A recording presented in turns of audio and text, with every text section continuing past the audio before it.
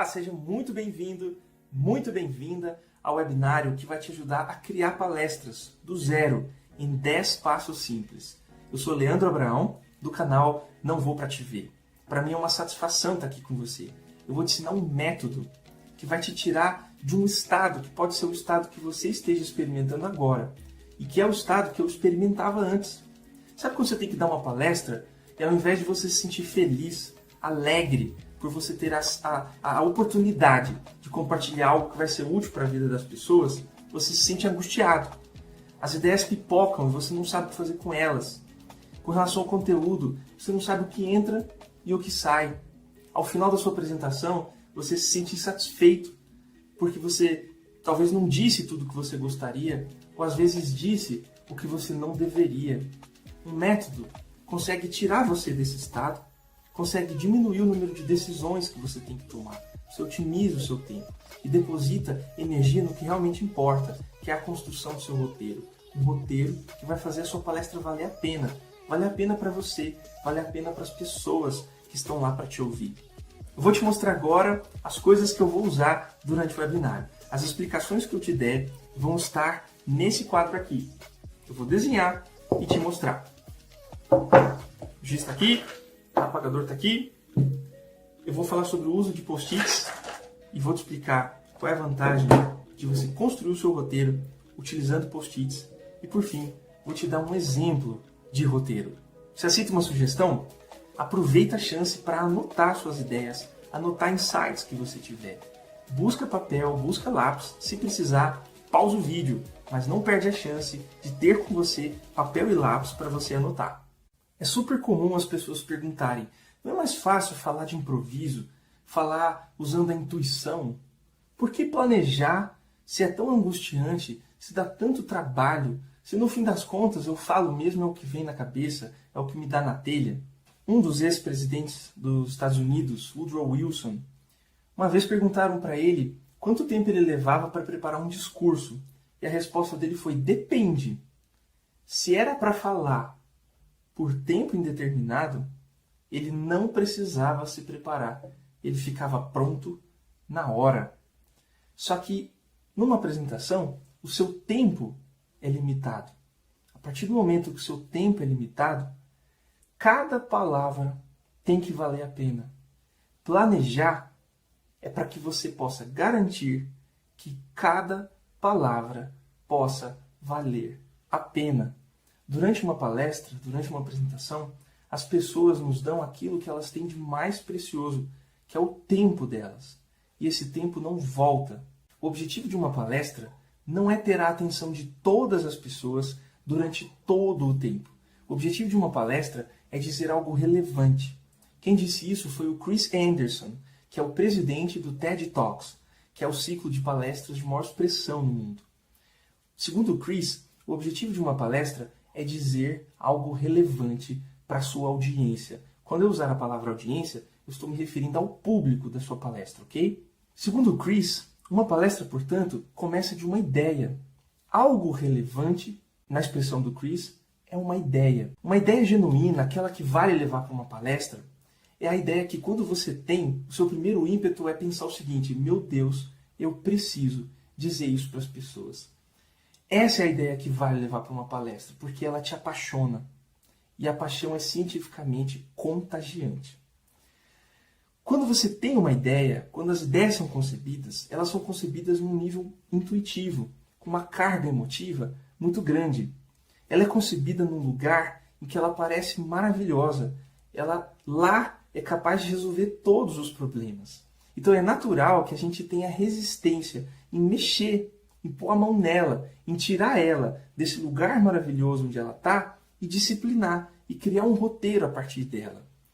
A impressão que dá é que você está mexendo onde você não devia. Você está tirando ela de lá e sujando ela. Quando você está tirando a sua ideia desse lugar maravilhoso onde ela foi concebida e disciplinando ela e criando um roteiro, o que você está fazendo não é sujar a sua ideia, é forjar a sua ideia. É por isso que às vezes a gente racionaliza e justifica a nossa falta de planejamento dizendo eu prefiro usar a intuição ou eu prefiro falar com o coração. Não cai nessa. Antes de te ensinar o primeiro passo, eu ainda preciso dizer uma coisa com relação à ideia. Segundo Chris, uma ideia muda como alguém vê o mundo. E quando a visão que alguém tem sobre algo muda, segundo Chris, isso é um presente. Portanto, uma palestra não é sobre você, é sobre o outro. É por isso que eu criei uma frase para me tirar de um estado que eu aprendi a chamar de ensimismado, que é quando você se preocupa mais com você, mais com o que as pessoas estão pensando, do que com a ideia, aquilo que vai ser útil para as pessoas. Então eu criei uma frase para me ajudar a sair desse estado, que é: uma ideia muda como a gente vê o mundo. E isso é que muda o mundo, efetivamente. Só que a frase é muito grande. Eu precisava de uma versão pocket, eu precisava de uma versão mais curta. É daí que surgiu a hashtag não vou pra te ver. Não vou pra te ver me ajuda a me lembrar que uma palestra não é sobre mim, é sobre o outro. Você já sabe que uma palestra começa de uma ideia. Agora sim eu vou usar o meu quadro para te ajudar a fazer uma distinção importante. Sim, uma palestra começa de uma ideia. Mas na prática, especialmente quando a palestra te foi encomendada, ela começa com um tema. Agora, a distinção que você precisa fazer é: o tema delimita o seu terreno. Delimita onde você vai pisar, certo? A sua ideia é o cerne. Tema e ideia também não se confundem com título. E eu já te explico essas três coisas. Uma coisa é o seu tema. Outra coisa é o seu título. Quando você usa o seu tema como título, esse limite se torna imediatamente visível para as pessoas. Quando você usa o seu tema como título, os seus limites ficam visíveis. As pessoas vão criar uma expectativa com base no seu título. Você limita, porque você necessariamente precisa abordar cada um dos conceitos contidos no título. Então, título é algo que você vai definir no fim. Agora, para te ajudar a escrever a sua ideia, a consolidar a sua ideia, eu quero te propor chamar ela de dica por hora, certo? Se uma ideia é algo que interessa as pessoas, vamos chamar ela, aqui no webinário, de dica. Vou te dar um exemplo. Idioma é um outro pedaço da minha vida. E eu faço uma palestra sobre aprendizado de idiomas. Eu ensino as pessoas não idioma. Eu compartilho algo que pode ser útil para a vida delas. Então, o meu tema é idioma. A ideia que eu registrei em forma de dica. Qual é a minha dica? Fluência em um determinado idioma não é saber tudo. Por que isso é em forma de dica? Se alguém está com dificuldade de aprender idioma, se ela acha que não é capaz de aprender idioma, essa é uma dica que eu daria. Eu falar: cara, já parou para pensar? Fluência não é saber tudo não. Calma, não é por aí. E o meu título, o título que eu defini no final foi: não sirvo para aprender outro idioma. Esse é o título da palestra. Por que eu escolhi exatamente esse título? Porque ele se confunde com algo que as pessoas dizem por aí. Eu não sirvo para aprender outro idioma. Isso gera identificação. Agora sim o primeiro passo. E nada de ficar olhando no relógio agora e pensando: putz, ele falou o primeiro passo agora. Até ele chegar no 10º eu já dormi. Não, calma. Primeiro passo é o que eu chamo de penseira. Você lembra do Dumbledore, um personagem da série Harry Potter? Tudo bem se você não lembra. Eu só quero fazer referência a uma magia do Dumbledore, que ele chama de penseira. O que ele fazia é colocar a varinha aqui e tirar um pensamento que não deveria ocupar a mente dele em determinado momento. Então ele colocava em uma penseira, literalmente uma bacia, em que os pensamentos descansavam. E ele só retomava um determinado pensamento quando era a hora. Então o primeiro passo eu chamo de penseira, porque na prática, se você não descarrega aquilo que você tem vontade de dizer, mostrar durante a sua apresentação, essas coisas vão ficar pulando na sua frente enquanto você produz o seu roteiro. É hora de você colocar na penseira, descarregar tudo o que você acha que seria útil para entregar, apresentar a sua dica, certo? Quando eu estava criando a palestra de idioma, fluência não é saber tudo, putz, eu tinha muitas ideias, mas muitas. Vídeos, cases, fotos, uma série de coisas que eu achava que seriam úteis. Achava. Muitas delas não se confirmaram. Só ao final é que você vai retomar a sua penseira. Agora é hora de descarregar tudo. Agora sim é hora de usar notas autoadesivas. Eu tenho muitas, de vários tamanhos, de várias cores. Se você não quer investir em post-its, você pode usar pequenos pedaços de papel, não tem problema. Quando a gente diz post-it, nós estamos falando de uma marca, certo? Assim como a gente fala Colgate e Gillette. Existem marcas excelentes que colam bem, fixam bem, e que não são post-it. Eu posso te dizer, por exemplo, essa, ó, Stick Note. E tem uma outra também, chamada Note Fix. Descarrega uma ideia por post-it. Não caia na tentação, nem vem com essa de economizar papel. Descarregue uma ideia por post-it. A sua penseira vai acompanhar você ao longo do processo. Pode ser que você não vai construir o seu roteiro num dia. Às vezes você vai fazer isso em 2, às vezes você vai fazer isso em 3. Dependendo do tempo que você tem para preparar a sua apresentação, isso vai avançar ainda mais. De repente você vai levar... É um processo que vai durar uma semana. O fato é, sempre que você tiver uma ideia, anote na sua penseira. Você retoma a sua penseira apenas ao final do processo. Agora nós vamos para o passo 2, e 3, e 4 e assim por diante. Você vai entender melhor em que momento a penseira vai ser útil. Eu vou te apresentar agora cada um dos outros passos. E ao final, eu vou pontuar alguns deles. Alguns que eu considero essenciais para o processo. O passo 2 é: qual é a principal contribuição da minha dica, da minha apresentação para a minha audiência? A gente falou que uma ideia muda como alguém vê o mundo. Quando isso acontece, é como se isso fosse um presente, ok? O que você entrega aqui é uma dica. Resta saber qual é a contribuição. No meu caso, o que eu ganho ouvindo de você que fluência não é saber tudo? O que eu ganho com isso? Qual é a principal contribuição disso? Ok? Segundo passo. Terceiro passo. É importante saber por que ela importa. Exemplo simples. Eu posso te dar, de repente, um videogame. Última geração. Se você não gosta, se videogame não te interessa, a contribuição deixa de ter importância, deixa de ter valor. Às vezes você pode pensar assim, mas eu vou escrever praticamente o óbvio. Um roteiro é para tirar de você o óbvio. É para que você tire coisas que estão em você num nível intuitivo e emotivo, e você vai traduzir isso em palavras. O processo de construção de um roteiro é justamente para traduzir em palavras aquilo que você sente. Passos 4, 5 e 6 para você agora. O que você quer que a sua audiência pense, sinta e faça com relação à sua ideia? Vou te mostrar.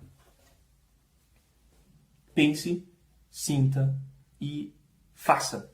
Pense para que você possa contemplar uma dimensão racional. Sinta para que você possa contemplar uma dimensão emotiva da sua palestra. E faça porque a sua ideia, a sua dica, proporciona algo a ela. Mas ela vai precisar se movimentar por si mesma. Então, o que você pode proporcionar, dizer, fazer, mostrar durante a sua apresentação, que vai estimular a sua audiência a caminhar na direção desse benefício. Quando você for registrar isso, registre entre aspas. Se você pudesse ouvir o pensamento da sua audiência, traduzir o sentimento, o que seria, entre aspas? No meu caso, fluência em um determinado idioma não é saber tudo. Com relação a isso, o que eu quero que ela pense? Eu quero que ela pense, acho que agora vai. Acho que agora vai. O que eu quero que ela sinta? Conforto. Uma pessoa que vem a uma palestra, cujo título é Não Sirvo para Aprender Outro Idioma, é uma pessoa normalmente desacreditada, que já experimentou muito desconforto, muita frustração no aprendizado de idioma. Eu quero que ela sinta conforto. E o que eu quero que ela faça em decorrência da minha apresentação? Eu quero que ela ou retome ou inicie o aprendizado de um determinado idioma. Agora vem 3 outros passos que eu não transformei eles em passos à parte, porque eu considero desdobramentos desses passos. O que vai fazer ela pensar, sentir e fazer isso que você espera? Ou seja, anote um único elemento. O que você vai dizer, fazer, mostrar? Pode ser um case, pode ser uma história, pode ser uma imagem. Passos 7 e 8 para você. O passo 7 é como vai ser a sua abertura. Passo 8, como vai ser o seu fechamento. Eu te explico por que eu estou usando abertura e fechamento e não introdução e conclusão. Olha só, introdução é recurso de texto. Uma apresentação não precisa de uma introdução, porque são pessoas olhando para pessoas. Há uma dimensão humana, está acima do texto. É simples. Vou fazer uma comparação para você entender. Introduzir é dizer o que vai ser feito. É você dizer, oi, eu sou o fulano, vim falar de tal coisa. A abertura é simplesmente fazer. Pensa num número de circo, um número circense. Imagina o Circo de Solé. Imagina alguém dizendo o que vai acontecer. Imagina alguém entrando no palco e dizendo, olá, somos o Circo de Solé e agora vamos com o nosso trapezista. Não, o trapezista simplesmente entra e faz. O que é uma conclusão? É simplesmente dizer que você está encerrando. É dizer, então, para encerrar, bom, por fim, não. O encerramento deve ser simplesmente o encerramento. É dizer, obrigado. As pessoas vão perceber que você se encaminha para o fim. Você não precisa dizer às pessoas. Uma apresentação precisa ser uma experiência. Significa anunciar menos o que vai ser feito e fazer mais sem anunciar e sem dizer. Passo 9 para você. Nesse momento, é hora de você colocar em ordem as respostas que você deu nos passos anteriores, começando da abertura. Por isso é importante você fazer com post-it. Agora, é muito mais simples colocar em ordem se você colocou uma ideia, uma resposta por post-it. E aí eu te dou uma dica, tem técnica para tirar post-it.